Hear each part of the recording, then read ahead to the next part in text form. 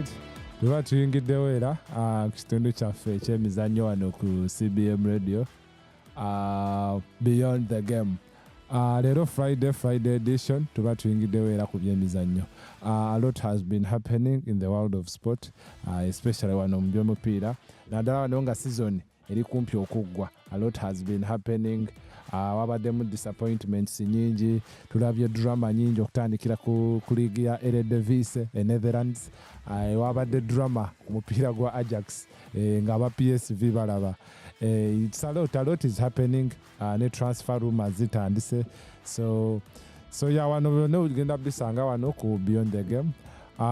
Leero tugenda tandika ne Barcelona. Ejo Barcelona yakubye omuntu, yakubye Espanyol, yamukubye goal 2-0. Ne baba crowning champions, kati basinga Real Madrid. Bade betaga points 2 going to that game, because day before Real Madrid yakubye omuntu, yakubye Mallorca, yamukubye 2-1 ng'ekola comeback. Kylian Mbappe ng'ateeba goal yabasoseza, yabakoze level. Kylian Mbappe saa zino ye top scorer wa La Liga ne goals 28. Era sawa zino yasinga okubanga y'omuteebi asinze goals ennyingi mu history ya Real Madrid first season in all competitions. Iri mu goals nga 38. For me, I think right now Kylian Mbappe, to me, he has been that guy. Yomukwa, one of those players that have stood out this season. Ndowooza ye musambi kati mu Real Madrid alage enjala. He's really hungry to win something. Unlike the other players, abasinga kati babiwangudde. Ba Vinicius balina bikopo, Champions League 2, ba Rodrigo, Bellingham this season naye tabadde that. Fena twali twamanyira Bellingham omulaba nga muteebi nnyo. Ne kati this season he had to pull back okoma midfield. Katabadde asamba wano mu 10 oba mu 8, adde asamba nnyo behind the lines. So tateebye nnyo, so he hasn't been much in the spotlight. So but Kylian Mbappe has really stood out. So Joe Barcelona yakubye 2-0. Yamine Yamal, oh my god. Yateebye goal yabwe yasoose, what a player. Then goal eyokubiri yakoze assist ya Fermin Lopez. Bakubye Espanyol 2-0 ku kisaawe ky'Espanyol. So ekikopo tebakibawadde, but they celebrated, buli kimu kyabadde fit. But to me, I think the highlight now will be on Yamine Yamal. Nabadde ndaba conversations ezisinga nga people are saying Yamine Yamal, can he be the next Messi? Nembagamba banange, Messi and Ronaldo, these two people are from a different planet. Inti Messi ne Ronaldo nti bateekako ekintu ntu they are players nti asookumala season oba calendar year with 90 goals. Twakirabako wano Messi mu 2012 bwe yamenya record ya Gerd Müller yali alina goals 86, ye n'akuba mu goals nga 9. So twakirabako ne tugamba these people are world, like they were out of this world. For me, I see Yamine Yamal as a player nga bw'olaba ba Arjen Robben, nga bw'olaba Frank Ribale, ba Eden Hazard, into that player that can really have an impact on the game. But scoring wise, I don't think he can get to the level of those guys. Ronaldo and Messi, they were really goal poachers. They can change the game. So for me, Chobola Betubeira could go to debate those two. Wakanant, this one is better than the other. The impact they are even brought to the game. Can he be the next Messi or the next Ronaldo? So Yamine Yamal, top player. Top player. Banange nze namulaba ne kumpira gwa Inter Milan. Olaba Federico De Marco batuuka n'omujjayo mu dakiika z'enkaaga. Nga nzajja alaba omusajja ayinza okufuna yellow card endala misinge final ba red card.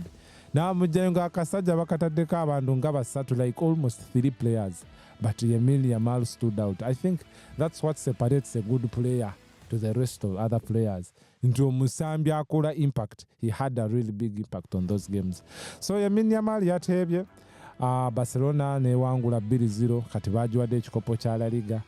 Endala credit ngenda jiwa Hans Flick, coach wa Barcelona, awangudde domestic treble, Copa del Rey, n'awangula Spanish Cup, byonna biwangudde. I think I will give him credit. Natuuka ne kusemiza Champions League. I think he has done a good job. Nze ng'omuntu analyzing omupiira ndaba kati kyalina focusing I think next season ye defense yeyo. I think Kubasi has been good, but I think akyali mwako. He has caused a lot of penalties. I think yetagayo that world class defender agenda opatanalinga ne Martinez. Kabaka wa highlight oyo Martinez. Yeah, but otherwise Barcelona is very good. Tastangen agenda kuba akomyewo because the season had ne injury nga bakosawo Chesney. Tastangen agenda beera goalkeeper ajja kuba fit. Midfield bayina abaana ba Firmino Lopez, ba De Jong, ba Gavi, ba Pedri. Man, Barcelona is. I think they're in the right way. Ate nabadde ndaba ngono yali analyzing anabagamba nti in the next, like, let me say 5-10 years, this Barcelona team is going to be something else. Tijukira timu yaabwe yonna ejjudde abaana bato. Okutandikira ku Yamine Yamal myaka 17, dda kuba Pedri 22, dda kuba Gavi 21, dda kuba Firmino Lopez 2, dda kuba Kubasi 2, dda kuba Ballon. The entire team is very, very young. So I think this team is going to stand a test of time. So away from that, Barcelona yawangude nanka kati yawangude Yamine Yamal batansi omuteeka mu conversation za Ballondor. But to me, omanyi kati ekizibu omupiira gwakyuka. Omupiira kati tugubalira nnyo ku stats, goals, assists. But for me, when it comes to talent, right now the players that hold the ball and take you off your seat, I think it's Yamine Yamal. And Vinicius, yali achukua last season, just for no season, Vinicius hasn't been up to that level.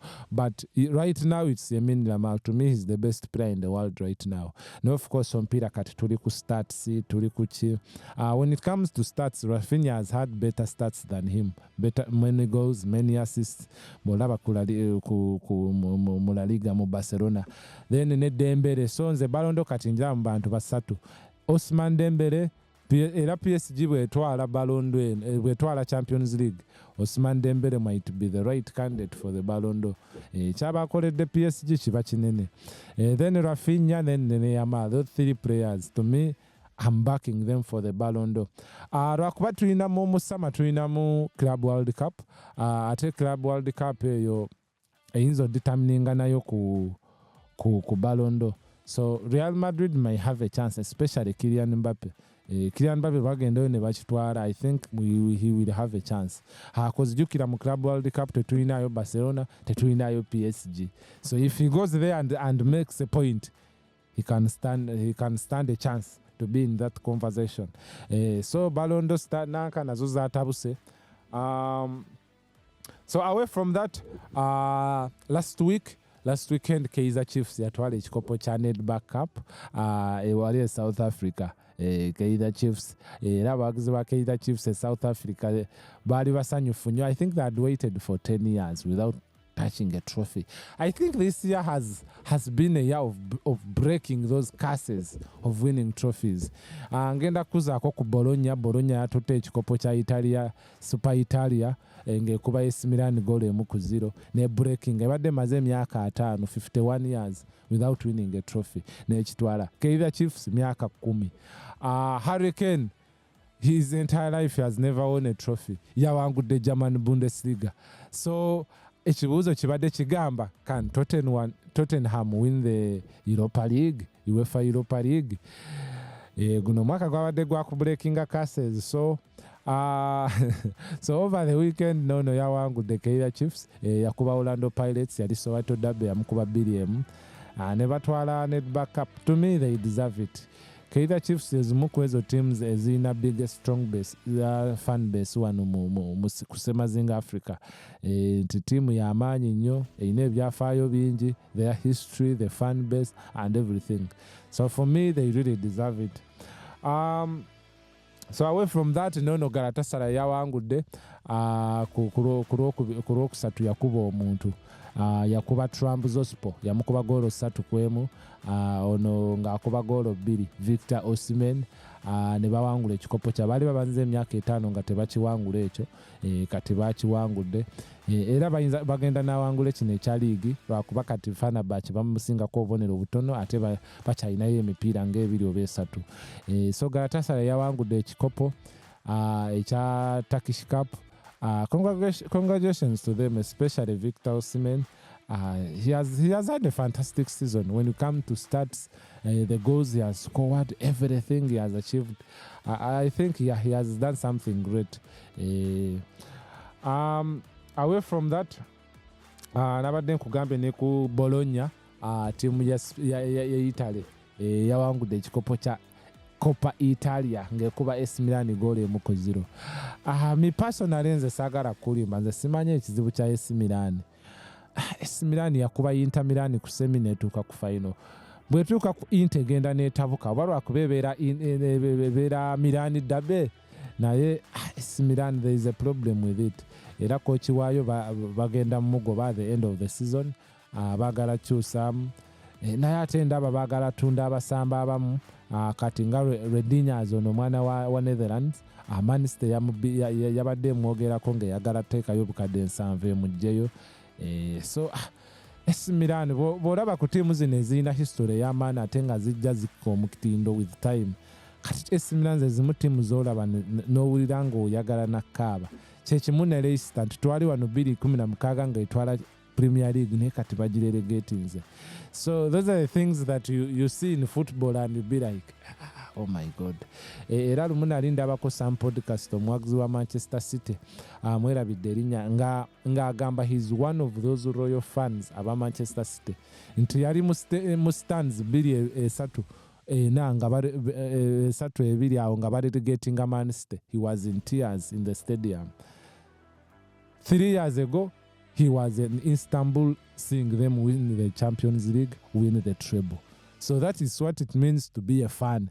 Nti osaawa zino omwagizi w'AC Milan akaaba awulira buli kimu naye nga like 20 years ago be baali batwala zi Champions League buli kimu. So naffe abawagizi ba Arsenal saawa yonna mubeere bagumu, things can change. Nkyogenda kweraba nga mukwata ebikopo after all these times mubadde mukaaba. So away from that, ngenda kuzaayo ku drama gye twabadde nayo ku Lwokubiri. Ku Lwokubiri twabadde n'emipiira Netherlands ku Eredivisie League yaabwe. Ajax, abantu balowooza Arsenal is one of the biggest trophy battlers of all times. Ajax is on another level. Ajax yabadde esinga PSV points nga 9. That's like 5 games ago. Naye kati saawa zino PSV asinga Ajax point emu. Nti PSV yamuyiseeko nti empiira ng'etaano egiwedde Ajax abadde tawangula, akola draw bamukuba. Era guno ogwawedde gwa Gundogan yabadde aguwangudde mu ddakiika esemba ne bakuba equalizer. Kati PSV ate nga yawangudde kati n'amudde eno waggulu. So PSV kati babulayo omupiira gumu. Ate ono ajja kuba asamba Utrecht. Ate Utrecht tiimu y'amaanyi, sikiwa nti Ajax anaamuwangula. Ajax ekikopo kigiyise mu ngalo bwe kityo, PSV agenda kukitwala. Bwe tubanga tuli so realistic. Era ku weekend egenda kubeera drama endala. So they have battled the league trophy just like that. Oh my God. Singa you people watch the scenes. Abawagizi ba PSV badde mu stands nga bagula balaba omupiira gwabwe mu kisaawe naye nga abamu balina amasimu balaba ogwa Ajax eri. Era Ajax bwe bagikubye equalizer, abawagizi ba PSV baabuuse oyinza okulowooza bwe bateebye goal. So that's the drama that has been there. Era those are one of the things that makes football more alive. Omuntu ajjukira nga 2011 nga Manchester atwala ekikopo kya Premier League goolo ya Aguero.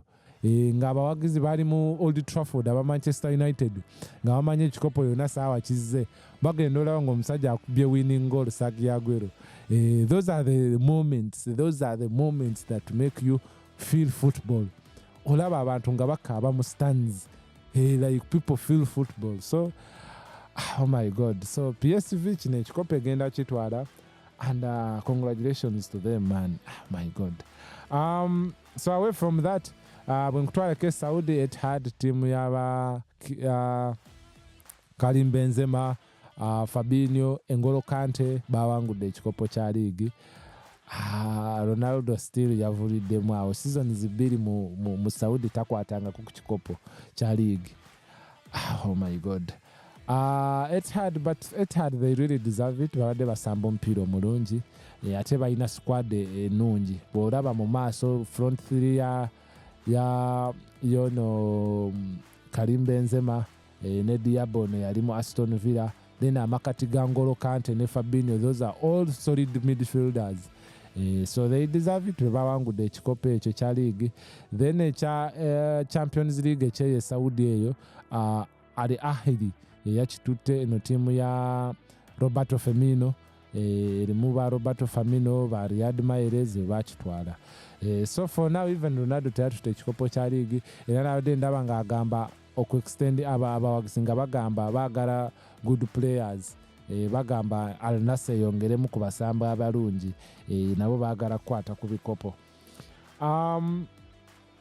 Ne mu German Bayern yatutte ekikopo kya league. Harry Kane ya breakinze curse. Era nade tulaba interviews nga Son agamba yakubiddeko ku Harry Kane namukongratulatinga. Oh my God, like some things, man, I want him to be all about and you're happy. Harry Kane, for all the career he has had, the trophies he has won, abadde tawangula ku kikopo kyonna. Awangudde zi golden boot, goals zonna zitebye. What a player he is. So for me, him winning the Bundesliga, I think congratulations to him. Bayern yakitutte, ono Thomas Muller agenda kuritaringa, era ku weekend nezisemba emipiira egisemba ng'asambira Bayern Munich. Man, congratulations to them. I think ntandise okwagala liga eno eya Germany. Kuliko competition ya Leverkusen. Ne Leverkusen abadde amuli ku kabina kati. No season ka competition kabaddewo. Sedda nga bola Bayern yatwalanga ekikopo nga olw'emipiira nga 10. At least these days it's different. So away from that, katsoke tugendeko mu kalango. Nja kuba nkomawo era nga nkuweereza ku weekend actions ze tulina mweno weekend Premier League, Serie A, La Liga, nkwanalizingire ne ku Champions League final. All right.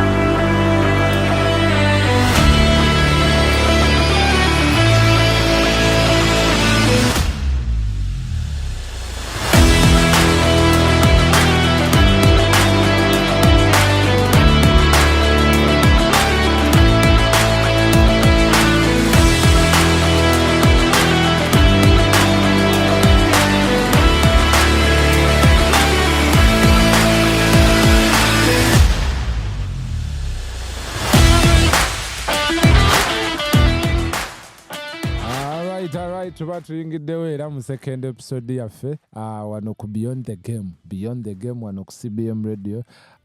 Tuli located wano e Nakawa ku ICT Hub. wetusinziira offices zaffe weziri tulinako abantu wano abatera okutuwuliriza kati nyinayo omusajja wange Najibu Chef Najibu musajja w'amaanyi nnyo awo ku Silver Springs Hotel nkutumiddeko abeera kweno program nnyo ayagala nnyo ne analysis tulina omusajja omulala bamuyita Alban musajja w'amaanyi nnyo awo ku Silver Springs Hotel atera okuwuliriza kweno program. Away from that ngenda kuwaayo tujja tandika n'amawulire ga Nottingham Forest. Taiwo Awonyi Nottingham Forest esamba ne Leicester. Taiwo Awonyi ono musambi wa Nottingham Forest enzaalwa ya Nigeria baali basamba omupiira n'akola idingira ku goal post era n'agenda mukoma era ne bamutwala mu operation era juzi yavuddeyo mukoma, so but he's still hospitalized, so our prayers go for him. Twongere omusabira awone yakola idinze na fainting, so it was really a sad moment for football, but yeah, we thank God he managed to come out of it alive. Twalaba neno incident nga ngono mwagizi wa Nottingham Forest nga yingira ku kisaawe nga awasiganya ebigambo ne Nuno Espirito Santo kochi waabwe bali bagamba nti bayinonera nnyo obudde mu eyo incident, but of course fena tumanya amateeka g'omupiira, as long as there is an head collision, head injury or that injury tutera kuholdinga nnyo netusooka netusavinga life rather than omupiira continuinga. So for him, if omugaga yali afiiringa nti eyo incident yayinoona nnyo obudde kyoboolaba Nottingham Forest teyawangula ogwo omupiira, especially kati nga Nottingham Forest eri mu charge ya top 4. So kati baagala ekintu kyabwe every minute counts. So but our prayers go to him. Twongere omusabira musambi mulungi nnyo, nabadde ndaba ne Liverpool cause yasambirako Liverpool in those youth days, nabo nga bamuwishinga quick recovery. So quick recovery to him. So away from that ngenda kuba Premier League action. Leero tulina emipiira. Tulina Friday night football, tulina Aston Villa agenda kubasamba Tottenham Hotspurs, tulina ne Chelsea ngasamba Manchester United y'empiira gya leero. Manchester United kateri kye yeetaaga okujjako Europa League. Manchester United zimu ku tiimu kati ezayiga shortcuts. Nsaazi nali mu 17 naye agamba ayagala Europa League agende mu Champions League. Ne Tottenham naye asamba leero bonna kye kimu. So to me, ate kati be basamba nabo bali ku top 4 bagala Champions League football. So Aston Villa probably he might win this game. Bolaba ne Chelsea naye ayinza owangula guno omupiira cause be bagwetaaga ennyo. Manchester United of course kati olina okuwumuza ku basambi. Nze nemba ono Ruben Amron waliwo abasambi abamu b'otalina nakuleeta kati nga bakasamiro. You leave them out. Amadi omuwava ku injury so he can be sharp. Owamu ba Mason Mount nga Fernandez nawumulamu. Some players need rest. Nade ndaba ono Yeni Yoro nga afunyemu Kanoko. Man, this time you have to keep your players because you have a big game ahead. Chechimune Spurs nga nali ndaba Madison tagenda samba final ono naye afunye noko ku Dijivan Kulusevski. Yali afunyemu noko kati nga bagamba bajjamu assessing ahead of the Europa League final. So for me on the aspect of football, I think you have to rest your players and prepare for that big game. Given the fact that you are already chagwadda teri kye weetaaga. So you have to keep some players. Tuli ku top 4, Arsenal yeetaagamu just win emu. Ebeere granted Champions League football. Manchester City over the weekend tegenda samba tulina FA Cup final makati ga Manchester City ne Crystal Palace. Final egenda kuba y'amaanyi nnyo, egenda kubeera ku Wembley Stadium, ekisaawe ekikulu ekya Bungereza. Manchester City mu backing owinninga kino ekikopo, I think bw'aba awangudde kino ekikopo n'ebintu byayiseemu mu eno season, to me it will be a good season for them. Ejja kuba season ennungi ate nga bagenda ne mu Club World Cup nga bayina Rodri Cascante.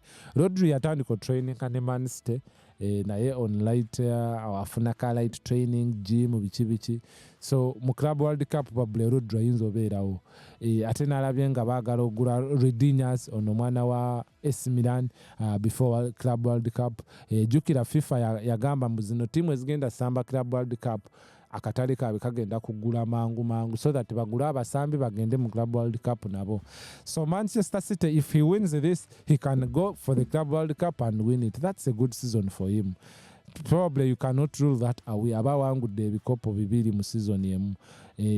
Tumulaba yatwala ne Community Shield. So lwakuba temataringa nnyo, but yeah, it's an achievement for them. So to me, if they win this trophy tomorrow, it will be a good season for Manchester City. Kwebe ebizibu bye bafunye ate the rebuilding process ebeddamu jukira kati abasamba bamwe baagala bata Kevin De Bruyne y'omu already ya season bwe gwajja kugenda.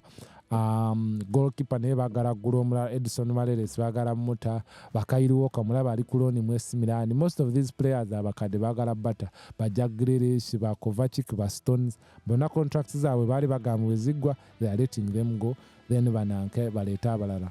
Nali nalabako emabegaawo nga Pep Guardiola agamba season eno kasiteggwa contract ye kasiteggwa he might think about retiring asooka awummulemu given the fact that yafunamu ne ku family problems, so abayagala atuuleko wansi awummulemuko omanye ebyo oluusi bino ebintu tebikwemazaamu. You need some time back and sit back, you have time with your family, owummulemu kimu twabadde tulabawo n'amawulire nga Carlo Ancelotti nga bagamba at the end of the season agenda kuva mu Real Madrid, agenda kubanga coach wa Brazil, era tugenda mulaba mu World Cup ng'atendeka Brazil ng'eggwanga. Then Madrid yagala leeta ono bali ku Jurgen Klopp ne kati kyagaana kati bagenda leeta Xabi Alonso no coach wa Bayer Leverkusen.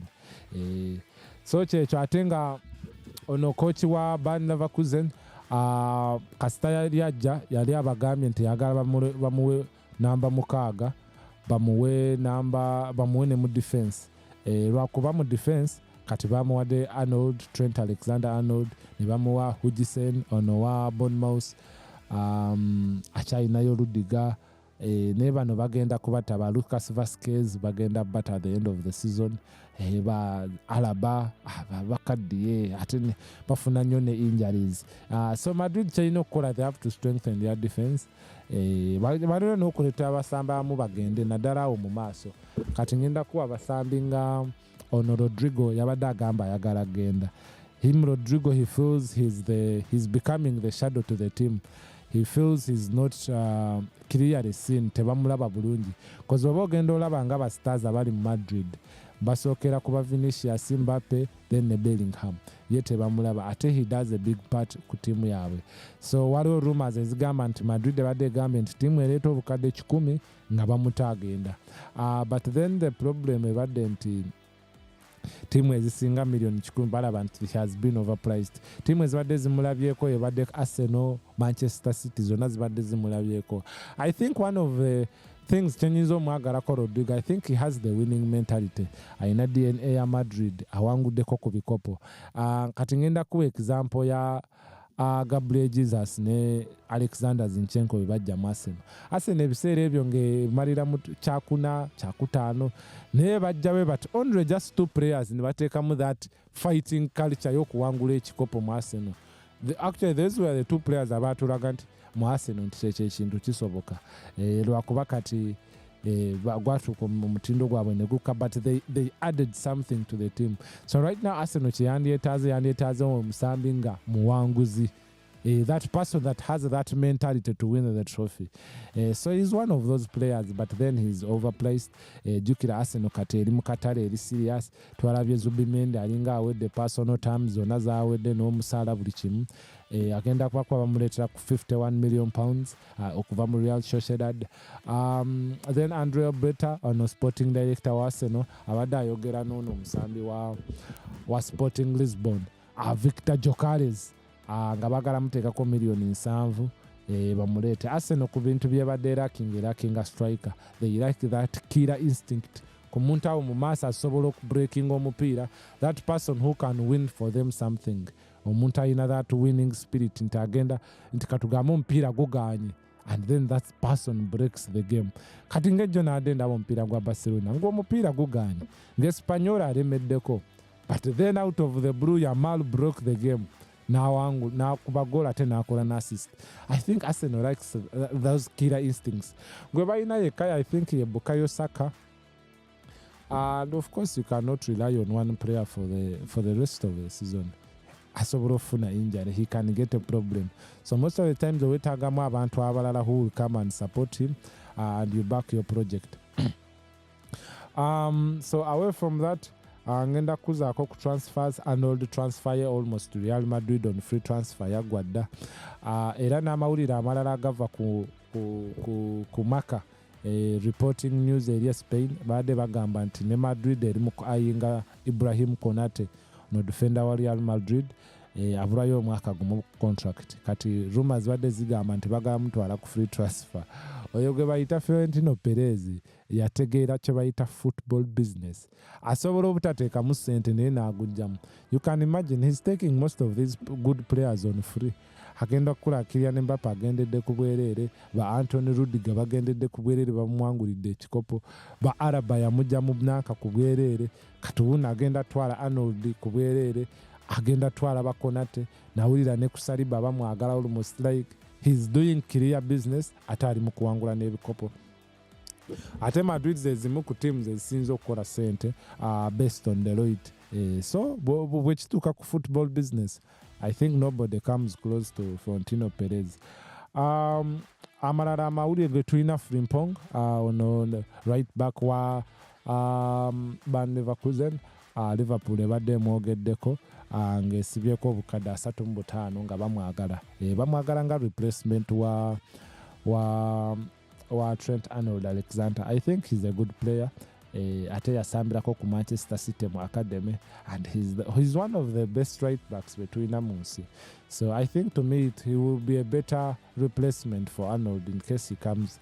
Connie Bradley, yeah, of course he's a good player, but then waba weetaaga that player he will battle with for that number in case of injuries, in case of what.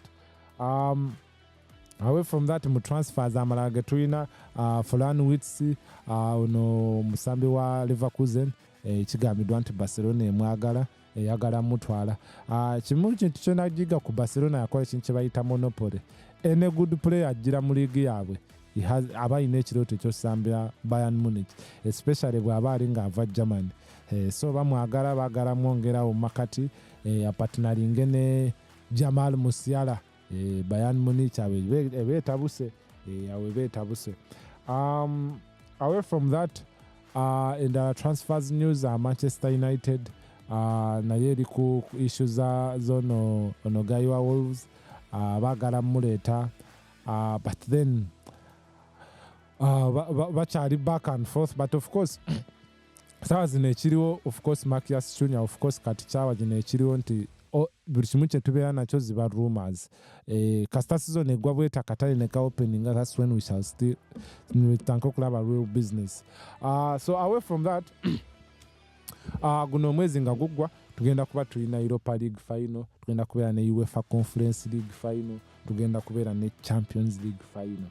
Olowooza who is going to win? Mu comment sections osooteekako your predictions. We can netwogera naawe ne tugamba who do you think ate osooteekako golowooza asobola owangula ate n'oteekako ensonga yo lwaki. Me personally omupiira gwa Champions League ndaba guli 50-50. PSG ze zimu ku teams ezinvestinze ssente nyingi mu mupiira so that bawangule Champions League. Inter Milan ze zimu ku teams ezikoze nnyo for the past 5 years, batuuka ku final, semi-final, so they all deserve it.